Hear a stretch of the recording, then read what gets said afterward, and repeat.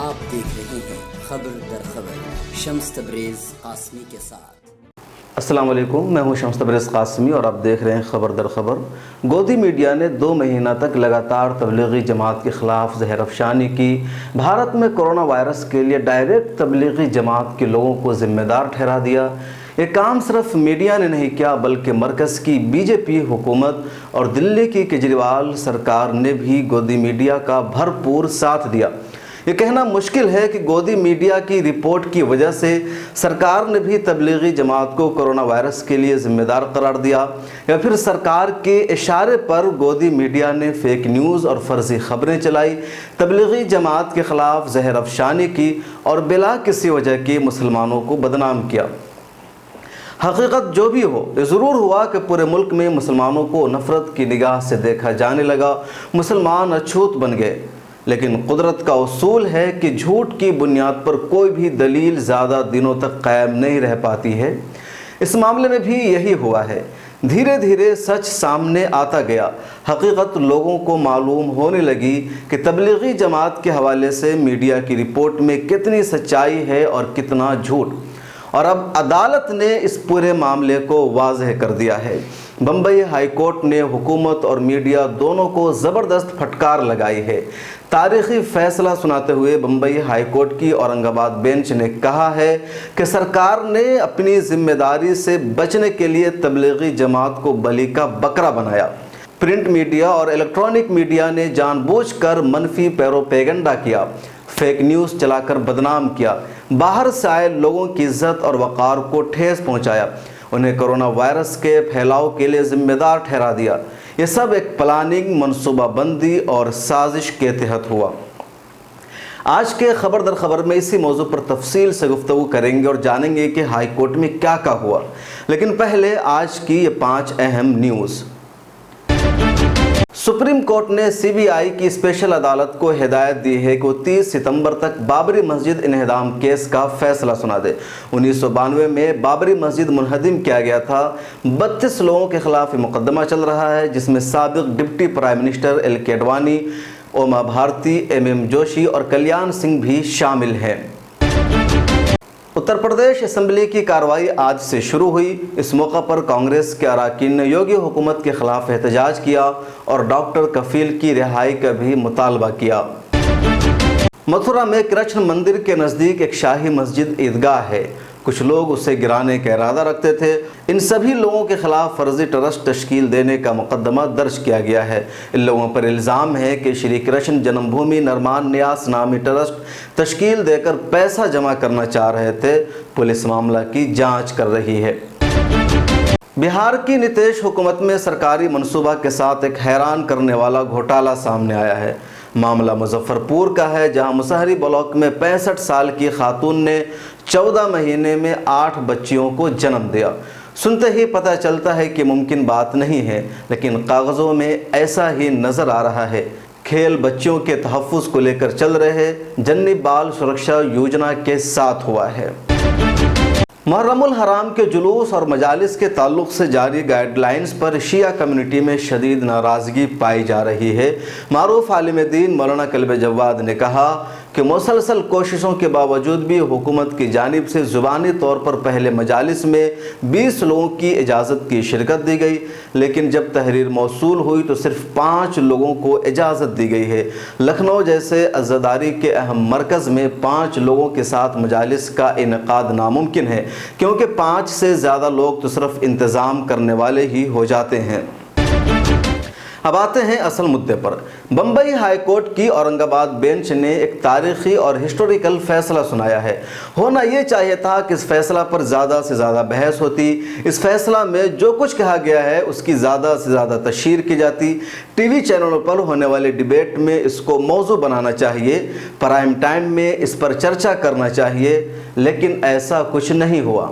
اس فیصلہ پر میڈیا خاموش ہے اور گودی میڈیا کی خاموشی کی وجہ صاف ہے، کیونکہ فیصلہ گودی میڈیا کے خلاف ہے۔ بمبئی ہائی کورٹ نے گودی میڈیا کی سچائی بتائی ہے۔ عدالت نے بھارت کے لوگوں کو یہ آئینہ صاف طور پر دکھا دیا ہے کہ میڈیا نے 2 مہینہ تک لگاتار پورے ملک میں زہر پھیلایا، اشتعال انگیزی کی، فرضی خبریں اور فیک نیوز کو چلایا، تبلیغی جماعت کو بدنام کیا، مسلمانوں کے خلاف نفرت پھیلا کر پورے ملک کا ماحول خراب کیا۔ صرف انگلش کے کچھ اخبارات ہیں جہاں یہ خبر آئی ہے۔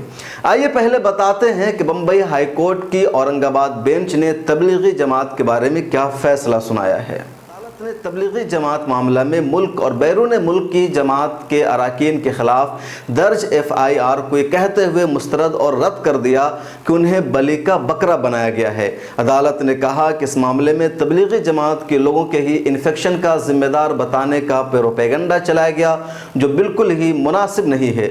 بمبئی ہائی کورٹ نے ساتھ ہی میڈیا کو اس عمل کے لیے پھٹکار بھی لگائی۔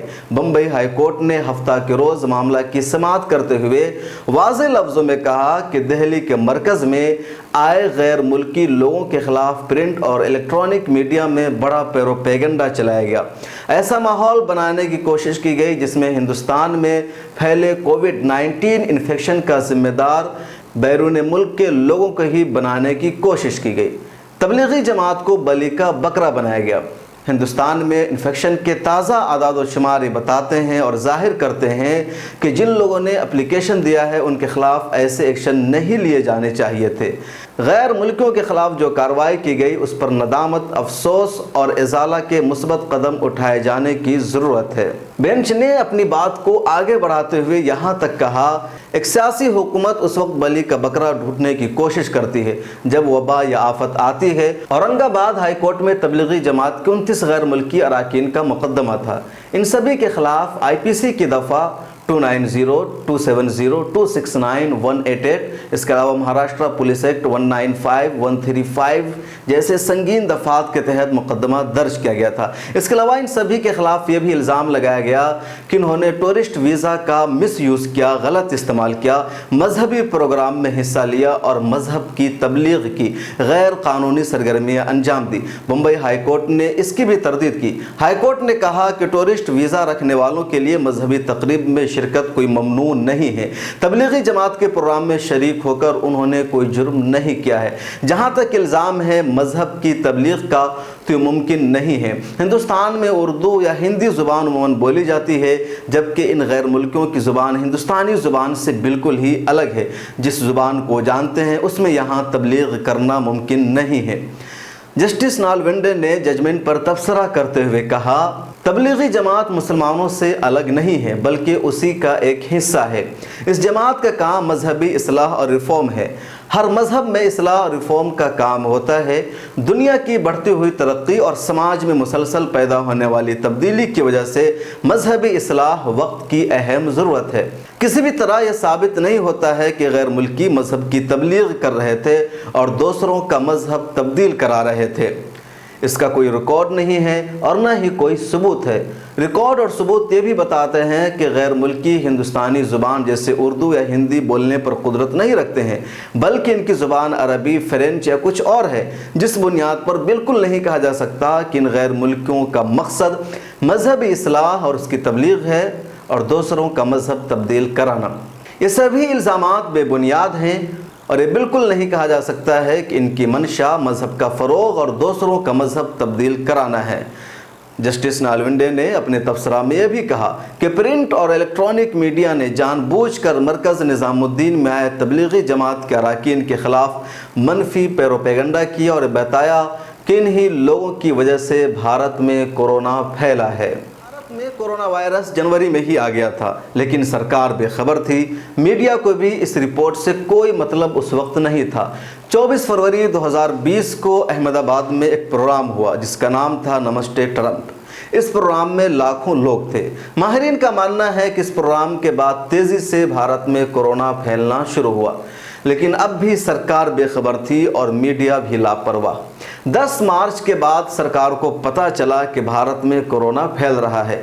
ہلکے پھلکے اقدامات کیے گئے۔ 22 جنوری کو PM مودی نے جنتا کرفیو کا اعلان کیا۔ تالی بجوائی، تھالیاں بجوائی۔